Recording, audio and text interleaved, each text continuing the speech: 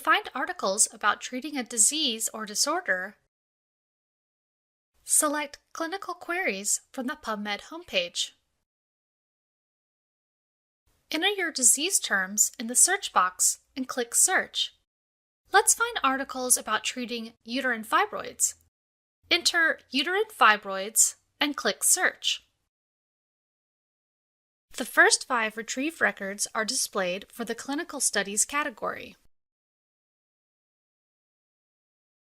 We are just looking at the Clinical Studies category for this example, but note that a COVID-19 category is also an option. Under the Filter menu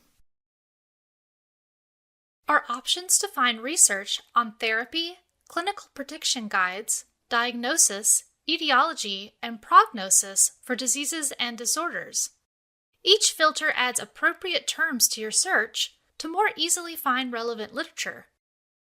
We're interested in treatment information, so we'll leave the default option of therapy.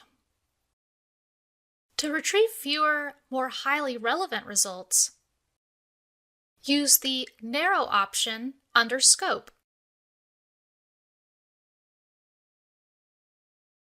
To retrieve your full list of results, click See All Results in PubMed at the bottom of the page.